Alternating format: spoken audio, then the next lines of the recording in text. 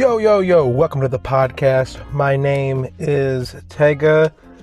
Welcome to Fighting Fragz. Had a little rebranding, It is what it is. I just like the new rebranding better. Figured I'd just go ahead and start up podcasting again, doing this probably 30 minutes before I go to work. And anytime I have a news drop, I'm going to try to get 2 episodes out a week. Seems possible. Seems very possible. Hopefully we'll continue it. But once again, the theme of the podcast, we're just going to be talking fighting, whether it be UFC, boxing, just depending on what comes on my radar, my takes on it, and just different video gaming stuff that I've been really into. But how you guys been doing? Been all right? I hope so. Been doing great myself, alhamdulillah. What a crazy couple weeks of fighting. A lot of crazy announcements, but we are only, I believe it's 10 days away from the UFC 302 event, which, man, talk about a crazy good card. Just based on, I guess you'd call it your last 3 fights. I mean, you got Kevin Holland versus Michael, I can't say his name, but you know who I'm talking about. Kevin Holland? Dude's just in there, say what you want about Kevin Holland. I didn't like the guy at first. I really didn't like the guy at first. Didn't like his personality. Didn't really like the fighter. Like, he talked a lot, but I've grown to like that guy. That guy's pretty cool. That guy, he seems to, it looks like just step up to what I like to see, which is the anytime, anywhere, whoever you want. And maybe that's just because I'm not paying attention to his media, his social media info.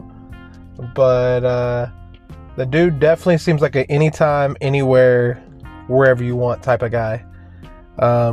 So Kevin Holland versus this Michael, who I don't know. So this guy, he's got to be a pretty good competitor to be on the main card. Michael's 19-7, Kevin Holland's 25-11.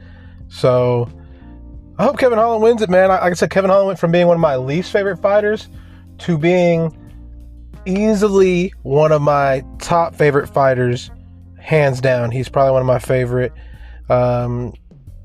He just, he's there. He's when you talk about bad motherfuckers, he's definitely up there. He's going to be any place, anywhere, anytime.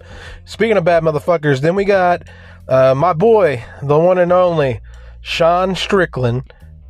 Now let me tell you guys something. All right, Sean Strickland versus the boy Paulo Costa. Hopefully Paulo doesn't pull out of this. Doesn't he have a pretty good? Maybe I'm thinking of somebody else, but I feel like Paulo Costa had a pretty good run of just pulling out of fights. And like I said, sometimes injuries do happen. So it could have been anything realistically. It didn't have to be. He's running scared. Injuries do happen. Now, I could have my story completely wrong. Maybe he has fought, but I was pretty sure it's Paulo Costa who's avoided a bunch of fights unintentionally or intentionally, depending on who you are. But maybe I'm just slandering his good name. But let's say this fight does go down. How do I see it? My boy Sean Strickland's going to stand and bang with Paulo Costa. I hope Paulo's going to try to wrestle him, and hopefully Sean shows off his ability to just stand up. Because I don't really know, but I want to see this. Sean Strickland's one of my favorite fighters, not only because his social media presence, which to me makes a great champion, but also he's a stand and bang king. He's, if you want to take it down, whatever. But as far as, once again, just something about some bad motherfuckers, dude. It's just, those are who I like to see fight. I got Sean Strickland over Paulo Costa. I'm not going to make a bet on the Kevin Holland versus Michael, but Sean Strickland over Paulo Costa. Is that 5 rounds? Does it say? It's the co-main. I think it only might be 3. It doesn't say how many rounds it is. Hopefully it's 5. That way Sean will hopefully TKO him. But I got Sean Strickland as the winner. And then you got the main event, which is, wow, man, just think about this main event possibilities. You got the boy Islam Makhachev versus the boy Dustin Poirier. You got Islam Makhachev, who is 25 wins, 1 loss. Remind you, that 1 loss came from him getting dropped by standing and banging, essentially, and he got caught with a hand. So Islam Makhachev can't, I mean, just like everybody else, you can be knocked out, but unlike the guy who, people compare him to, Khabib, a lot of these guys, I would say they didn't get caught. They didn't really, if they did get caught, they were really effective at getting the takedown and recovering. Some people say that Khabib got caught by Conor and a few other people. I don't know. That can be up for debate. However, Islam got dropped, completely KO'd, I'm pretty sure it was. And he's fighting Dustin Poirier, who's got them hands, boy. Leader of the Gilly Gang. You know what I'm saying? Shout out Gilly Gang there. All the guillotine boys out there. Dustin Poirier, who's going to 100% try to pull a guillotine on Islam. Hopefully that doesn't get his ass beat, because Islam's that man in that clinch, in that wrestling. He's that man, he's that boy, he's that dog. But Dustin Poirier, man, I've never been so split in my life, because I like both of these fighters immensely. I used to hate Dustin Poirier also, but that was coming from my Conor thing, and I didn't like the way Dustin Poirier looked. Now I've kind of changed my feelings on him too, just because he's got that dog in him, man. He'll stand in there and he'll bang with you. He's putting people down. He's got a good sense of humor. Islam Makhachev versus Dustin Poirier. Jeez, I'm gonna go ahead and get Islam. Probably by submission, and that's definitely in 5 rounds for sure. So Islam by submission, probably second round.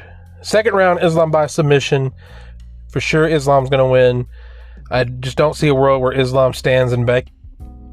I said that because I thought about it just now, and I cut myself off, because surely Islam doesn't try to stand and bang with Dustin Poirier. It doesn't make any sense to stand and bang with him when, I believe his takedown game is going to be so much better than Dustin's. But we've seen it in a world where, different camps, I suppose, but Kazmat's try to stand and bang with people. I'm pretty sure Islam's trying to prove that he can stand and bang with people. That pride gets in the way, but if the pride doesn't get in the way, I got Islam Makhachev over Dustin Poirier inside 2 rounds. But overall, Islam wins, even if it goes the full 5, because he's just going to do like he did Volkanovski in the first round, or in the first fight, and just take down and lay and pray, take down and lay and pray. And even if it ends like the Volkanovski first round, where Volk's got the top and he's kind of just what I call laying praying, right? Where you're just holding on and hoping the round ends. Even if it ends that way, which I don't see, because I don't think Dustin's as good as Volk. Dustin's good, but that's if you stand and bang. Dustin will look really good in the bare knuckle fighting championship, I feel like. I feel like if they have enough money and they bring him over there, he's going to be that man, because, it's what he does. It's what he does. I was looking through the fights here to see if there's anything else. The only thing I really see that I was really, there's a couple of fight nights coming up right after that, but that's a little bit off. Like I said, you got June 8th. This is in where I'm from, in Louisville. Looks like Jared Cannonier, Nuzri Imov, Dominic Reyes, Justin Jacoby, Raw Rosas Jr. versus Ricky Taroskis. Yeah, a bunch of other people. No offense to them. I don't care enough about them. Then you got Alex Perez. Yeah, you really don't have a lot of good fights coming up again until Chimaev Whittaker, which is weird. And that's all the way out in June, so it's going to be a blank June. But at the end of June, just a quick preview, we got my boy Conor McGregor versus Michael Chandler. This says Jamal Hill versus Khalil Roundtree, but I'm almost positive that it said Khalil was out and that they were picking up Yuri for that, but I don't know for sure. So we'll hold on to that for right now. Remember, that's on June 29th. Conor makes the comeback, so we might do I might do a live podcast or something for the Conor fight. But Islam Makhachev, Dustin Poirier, who do you guys got? And if you want to even go as far as quoting rounds, like what rounds, etc., because that fight's crazy. I do believe that the Paul versus Tyson fight is coming up as well. That's on the 20th of July. That's at the end of the next month. It's heating up. I do think that the Paul versus Tyson fight is probably about as a money grab as it can get. Just like the other fights. You know, Paul's fighting I think they said he's going to be 58 at the time of the fight. So he's 57 now. Way out of his prime, Tyson. You know, and like they said, it's a actual pro fight. So you got a pro Tyson versus Paul. Part of me wants to say Tyson's going to win it, but I sure hope so. Like, I'm trying to think, like, if you were to take... I'm trying to think, like, in a world where of comparisons. Like, maybe if a bunch of YouTubers started playing basketball and they started playing basketball and they go to play, like, let's say, an old pro player. Except for, like, I guess it's different than any sport, really, then, right? Like, combat sports is different than most sports because combat sports, I mean, I can't say that either because you suffer damage in other sports. I was going to say, like, if you get, like, a YouTuber who just, like, I Show Speed, maybe, who he plays soccer against, like, a 58-year-old Messi who, I know the times are messed up, but just hear me out, like a 58-year-old Messi. Messi probably keeps up just based off of experience, right? But I was going to say, like, they don't suffer as much body damage as, like, boxers because of CTE and stuff, but at the same time, they do have that wear and tear, like, on their knees, and I think you still can't compare the two. So my heart tells me, my gut and my brain tell me Tyson, but man, just watching this Paul kid destroy a lot of these washed up fighters, and like, I know, like, the UFC fighters aren't necessarily professional boxers, but I mean, if you look at Anderson, I guess he's bigger than Anderson Silva. Like, even look at the Anderson Silva thing. Like, Anderson Silva technically beat some boxers, but Anderson Silva weighed a lot less. It'll be an interesting. I wonder how much Paul weighs compared to Mike Tyson. Let me just Google that real quick, because that's going to be the deciding factor. Also, right, is like how big they are. 220. How much does Tyson weigh? So 220.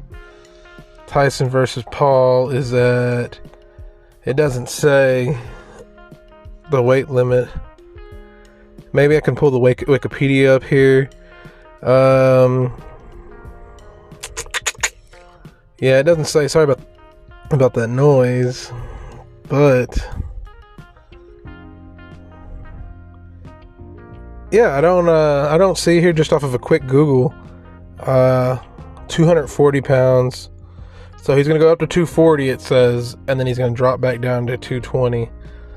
Versus Mike, who I think's a natural 220.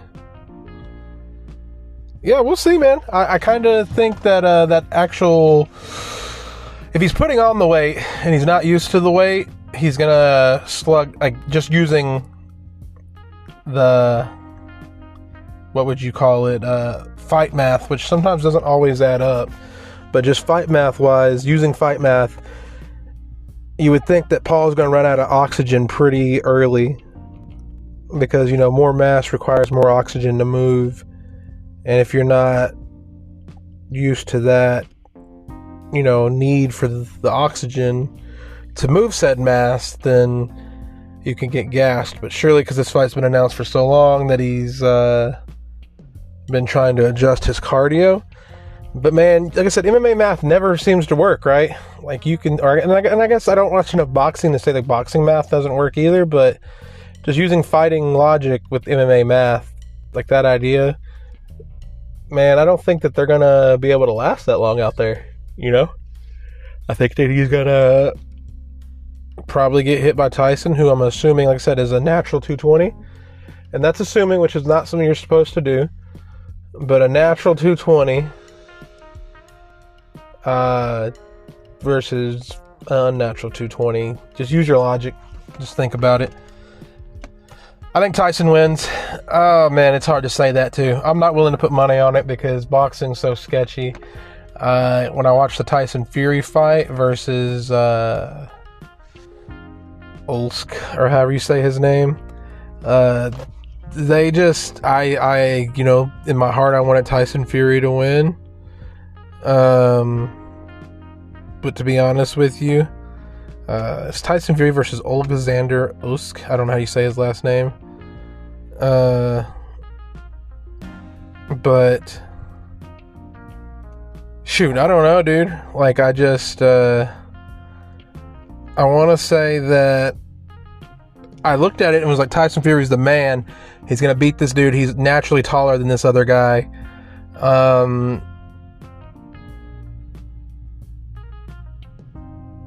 Yeah, I would say Tyson Fury was going to win, but he didn't. I was reading, and it's just one of those crazy mind. Like I said, math doesn't work. But shout out to Alexander Usyk, because he did a fantastic job at stopping. I wouldn't say he stopped him. All right, look, in the 9th round, in my opinion, he did stop him. Fury really kind of just got his ass kicked, and even after the fight, like, he did okay. But I will say that, yeah, I would say that he just got beat, dude. Like, he couldn't get anything in. I think his fight styles also, like, use a lot of his weight to drag the opponent down. You know, hug, hold them, drag them, make them carry your weight, make them tired from carrying your weight. And dude just didn't let Tyson do that. Dude just jabbed Tyson, kept him back, pretty much just beat his butt, beat him up. You know, every time he come in for the hug, he would manage to slug him off, or like, you know. And he kept Tyson Fury in the corner a lot, kept the pressure on him. Tyson seemed to not be able to get into the flow of things. And like I said, I'm not a boxing fan as much, but I know enough about fighting that, like, man, I see that they said that Tyson Fury has a rematch clause that he can invoke, and then he plans on invoking it as soon as they're medically cleared. Yeah, right back. See if Tyson Fury can't make the adjustments needed to do what he needs to do to get his title belts back, dude. Because that's actually insane to think about, that they were just that a man like that, like Tyson Fury, could just get beat up. You know, that's nuts to even think about, like that type of beat up. Like, you expected. It was a good fight. I'm not gonna, like, oh, it was a blowout, because it wasn't really it was, but it wasn't like a bad blowout where you're like, somebody please stop the fight. You know, it wasn't like that type of blowout. But it was like, dang, Tyson Fury just couldn't get it going. So, and like I said, boxing's sketchy. I don't know. Like, I just feel like boxing's real sketchy. It seems like they always make these big money fights, and they always do like a 2 or 3 parter type of money fight, because they did it with the what is the large African American fella that Tyson Fury fought, and they fought, I think, 3 times or something. Big cash money, you know, big cash money grab. So, you know, we'll see. Hopefully we do get to see the Ryan Garcia versus Sean O'Malley boxing match. They were kind of like going back and forth, trading jabs a little bit. You know, Sean O'Malley gets to fight whatever the hell, Merab. Sean O'Malley gets to fight Merab, and I'm pretty sure it's at the Sphere, which is insane to think about. But they did like there was this video that came out of Ryan Garcia and Sean O'Malley. Maybe they're on live or something, and they're like on FaceTime together, or an Instagram call together, or whatever social media is out there that does calls. And he pretty much just says, hey, maybe after I knock out Merab, me and you can go at it. And hell, bring it around. Let them get their money. Sean O'Malley's got them hands. He's not a professional boxer like Ryan Garcia, so Ryan Garcia will probably kill him. But get your money, young man. You know, you're the champion. Get it while you can. I don't think you beat Merab. I hope you do. I hope Sean O'Malley defeats Merab. But that's so far out, I don't think it's even on the UFC roster right, or on the UFC page right now. But I hope you do beat Merab. I hope Merab doesn't take you down and just fucking murder you like I think he's going to. But I hope you do beat Merab. I hope Sean O'Malley keeps the title, because that division is full of killers, dude. And what about, hold on, before we end the podcast, I also want to point out, what about Jon Jones officially announcing that he's back? I don't think they've officially announced any fight, but you have the interim heavyweight champion, Tom Aspinall, pretty much calling out the champion, Jon Jones, he says he's dodging him. He says that he doesn't want the fight, that Jon Jones is scared of him. I don't think that's the case. I think Jon Jones is looking at it money-wise. Jon Jones probably doesn't have a lot more fights in his career. Not because I think that maybe he knows he's too old. I don't think he's too old, but I think he's just looking at the damage, if he does lose anything, it'll be in his older age, and when he does lose, what that's going to cost him fight-wise, because he is known as the GOAT currently. Right up there with the GOATs, right? But he's definitely the GOAT if you think about, fights. You got, Mighty Mouse, who's the GOAT. Look, there's different the GOATs, you know what I'm saying? But Jon Jones is one of them. But Tom Aspinall is, convinced himself that Jon Jones is avoiding him. And that's not the case. I think Jon Jones is just trying to get the money. He said that he's going to come back and he wants Stipe. So I think they're going to announce a Stipe fight soon. And then I think he was talking about fighting Alexander Pereira. The giant native fella from Brazil or wherever he's from, but he's a giant fella. Yeah, dude, make that fight happen. Look, I know that Alexander Pereira is kind of a lighter dude. He's not necessarily natural heavyweight. He might be, but you get what I mean in the MMA world. He's not really natural heavyweight, so it might be Jon Jones picking on a smaller fella, which people say he does. I don't think so. I think he just fights the best of the best, and he knows that Alexander Pereira fight versus Jon Jones is a bag. Right up there with Conor McGregor, Khabib money. Alexander Pereira versus Jon Jones is the bag. I would 100% buy that fight versus how I usually get the fights, if you know what I'm saying. So, make it happen. Tom Aspinall, get it out of your head that Jon Jones is dodging you, because he's not. You're not that important. Thank you guys for hanging out on the podcast. Check it out. I'm going to do 2 episodes a week, about 20, 30-minute episodes. I'm going to try to edit them down so they might be a little less, get rid of the uhs and ums and erms. But thank you guys for checking it out. Thank you for coming back to this new episode of Fighting in Fragz. Peace.